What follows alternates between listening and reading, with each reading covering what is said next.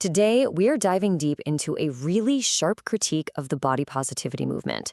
You see, something huge has happened with the arrival of these new weight loss drugs, and it's prompted this powerful argument that the entire movement has been, well, completely upended. So what exactly went down? Let's get into it. Okay, so this is the quote that really kicks the whole thing off. This single statement is the core thesis we're going to be exploring. The argument isn't just that drugs like Ozempic challenged body positivity, it's that they basically ended it. How? By supposedly exposing the hypocrisies at its very core. Now, that is a huge claim, so we're going to unpack exactly what's behind it. All right, so here's what we're going to cover. First, we'll break down what this extinction event theory even means. Then, we'll look at the specific celebrity examples used to back it up. After that, we'll get into the alleged double standards in Hollywood, how the media's message has changed, and finally, what this critique says about so-called shortcuts. Okay, let's get into this first part, this idea of an extinction event. The whole argument really hangs on this concept that these new medications were like a cheat code in a video game. You know, a simple-looking solution to a really complex problem that just completely changed the rules for everyone. So this is the cheat code theory in a nutshell. The idea is, for years, the message was to love and accept your body because, let's be honest, changing it was incredibly difficult. It took a ton of work. But then, all of a sudden, the seemingly easy medical option shows up. And the argument here is that many of the movement's loudest voices just switched gears. This critique basically says their principles only held up until a simpler option came along. So how did this theory actually play out? I mean, where's the proof?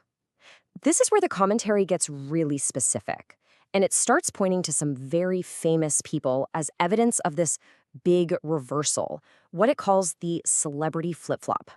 First up, we've got Amy Schumer.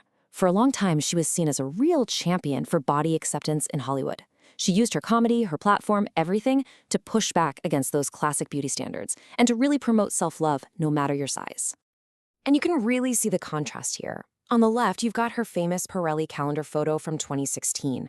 She posted it with a caption that embraced all the labels, from beautiful to gross to flawless. It was a huge statement. Then, on the right, you have the report that she deleted older photos of herself after losing weight. The argument being made is that this action kinda cancels out her previous message, suggesting that maybe she does prefer her new body over the one she used to champion so publicly. Next up, Meghan Trainor. I mean, her entire career was literally launched by one of the biggest body-positive anthems of all time, All About That Bass. That song was everywhere. It made her a global icon for celebrating curves and telling narrow beauty standards to take a hike. And this one, wow. It's pretty direct. You see the original lyric, I ain't no size 2, which was basically the foundation of her entire brand. But according to this critique, after her weight loss and breast augmentation, that line was changed in some live shows to, I got some new boobs. This is held up as a super clear, literal example of shifting from embracing your natural body to celebrating surgical changes instead. And then, of course, there's Lizzo. She's another artist who built an absolutely massive global brand around body positivity and specifically fat acceptance. Her music, her performances, her whole vibe, it was all deeply tied to messages of self-love for bigger bodies. Now, with Lizzo, the commentary points out that it's a bit more complex. First, you have the brand, which is undeniably rooted in fat acceptance. Then you have this lawsuit from her former dancers, which included allegations of fat shaming, and that all came out before her recent weight loss. And now, after her physical transformation, she's putting out lyrics that directly call out the speculation, saying, let me guess it's Ozempic. The critique presents this all together as a really complicated and contradictory story. And the argument is that this isn't just about one or two people. The analysis points to a much wider pattern.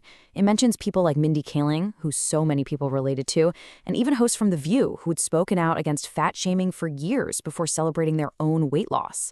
The point is that this pattern seems to be pretty widespread. So from there, the critique kind of zooms out from just body positivity to a bigger argument about hypocrisy in Hollywood.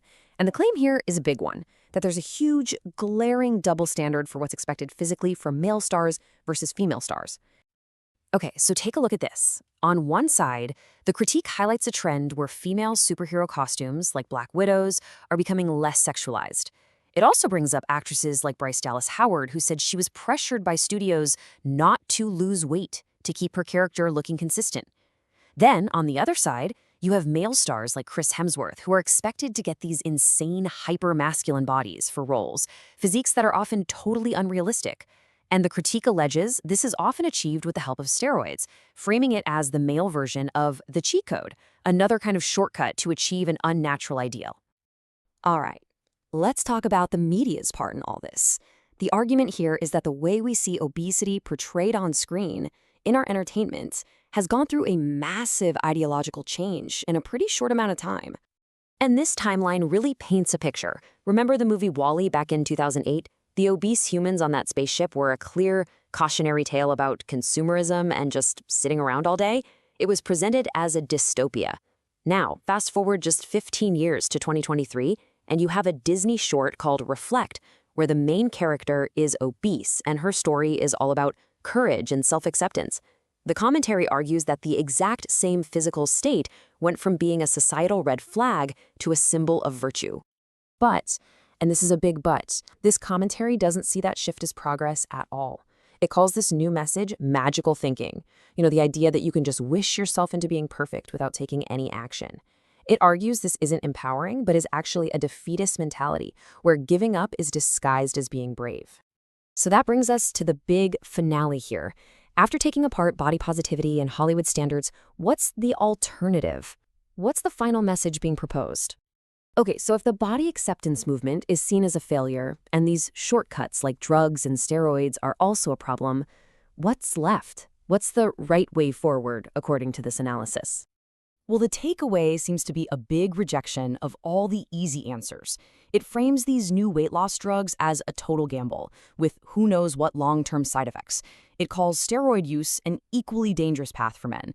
And at the same time, it completely dismisses the idea of healthy at any size as more of that magical thinking. So basically, it throws out what it sees as the three main but flawed ways we talk about bodies today. And it all comes down to this one final idea. The commentary wraps up with this incredibly direct statement. Discipline and hard work will get you the results you want. Always have, always will. It's a complete rejection of anything that looks like a shortcut, leaving us with this really provocative thought that in our modern age of quick fixes, maybe the old-fashioned way is the only one that actually works.